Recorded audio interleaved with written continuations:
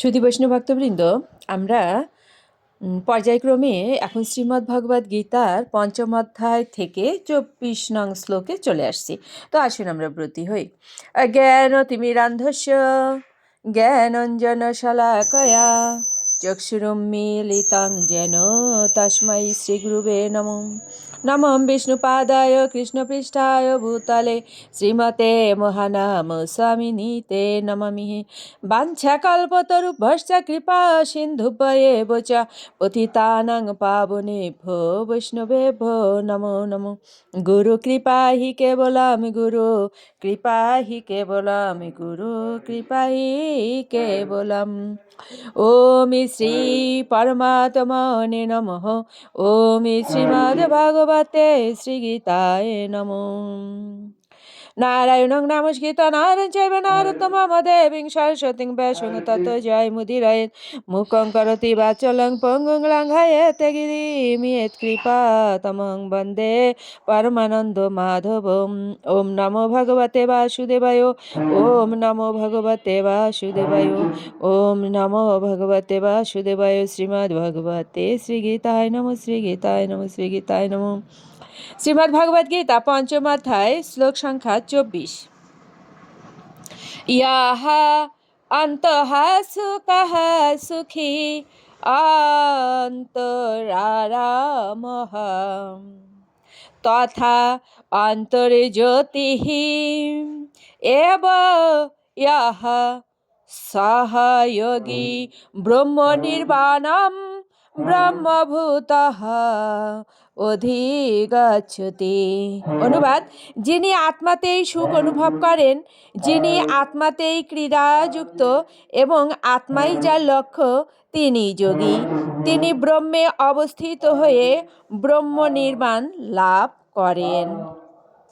সুধী বৈষ্ণব ভক্তবৃন্দ, আমরা এটা জানতে পারলাম যে যিনি আত্মাতেই সুখ অনুভব করেন এবং আত্মাতেই ক্রীড়াযুক্ত এবং আত্মাই যা লক্ষ্য, তিনি হচ্ছেন যোগী।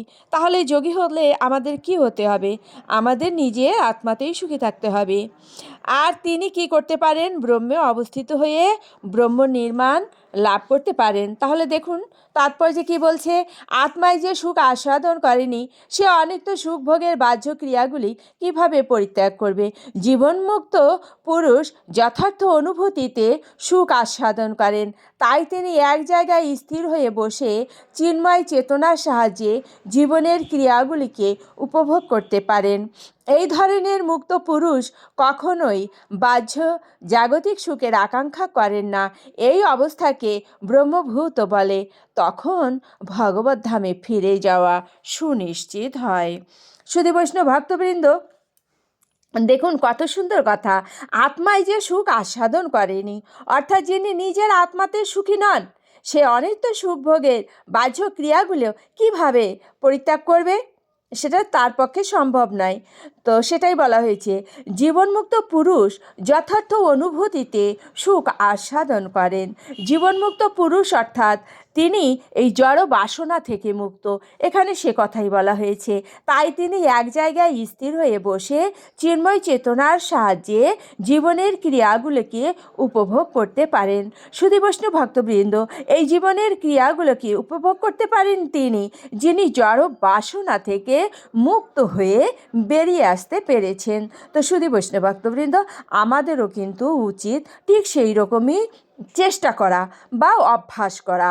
অভ্যাস করতে করতে একসময় আমরাও এমনই হতে পারবো, কিন্তু আমরা যদি চেষ্টা না করি তাহলে সেখানে কখনোই পৌঁছাতে পারবো না। ভগবান সেটাই বলছেন যে এই ধরনের মুক্ত পুরুষ কখনোই বাহ্য জাগতিক সুখের আকাঙ্ক্ষা করেন না। এখানে বলা হয়েছে জড় জাগতিক সুখের কথা। বলছে এই জড় জাগতিক সুখের জন্য মুক্ত পুরুষ কখনোই ব্যস্ত হন না। এই অবস্থাকে ব্রহ্মভূত বলে। অর্থাৎ যিনি বাহ্য সুখ থেকে মুক্ত হতে পারেন তাকেই বলা হয়েছে, বলছে সেই অবস্থাকে ব্রহ্মভূত বলে। তখন ভগবত ধামে ফিরে যাওয়া তার জন্য সুনিশ্চিত হয়। সুধী বৈষ্ণব ভক্তবৃন্দ, আমরা এসেছি কোথা থেকে? শ্বেতাসূত্তর উপনিষদে বলা হয়েছে যে আমরা কোথা থেকে এসেছি, আবার কিভাবে জীবন ধারণ করছি, আবার মৃত্যুর পরে কোথায় ফিরে যাব। তো এখানে ভগবান বলছেন যে ব্রহ্মভূত হলেই সে আবার ভগবত ধামে ফিরে যেতে পারবে। তাহলে আমরা ভগবানের কাছ থেকে এসেছি এবং আমরা জীবন ধারণ করছি ভগবানের কৃপাতে। আবার যখন দেহ ত্যাগ করব তখন আবার আমরা ভগবত ধামেই ফিরে যাব। কিন্তু সকলে কি ভগবত ধামে ফিরে যেতে পারে? পারে না। মায়ার জগতে যখন তার সেই দেহটা কলুষযুক্ত হয়ে যায়, অর্থাৎ পাপ যুক্ত হয়ে যায়, তখন আর সে ভগবদ্ধামে ফিরে যেতে পারে না। তাহলে সে কোথায় যায়? সে যমালয়ে শাস্তি ভোগ করে।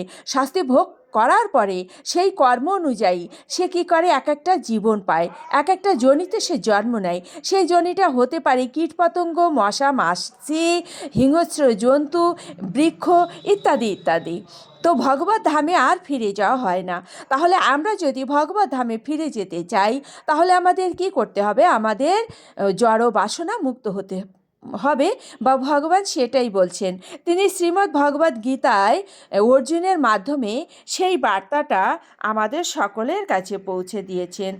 সুধী বৈষ্ণব ভক্তবৃন্দ, আসুন আমরা সেই ব্রত গ্রহণ করি।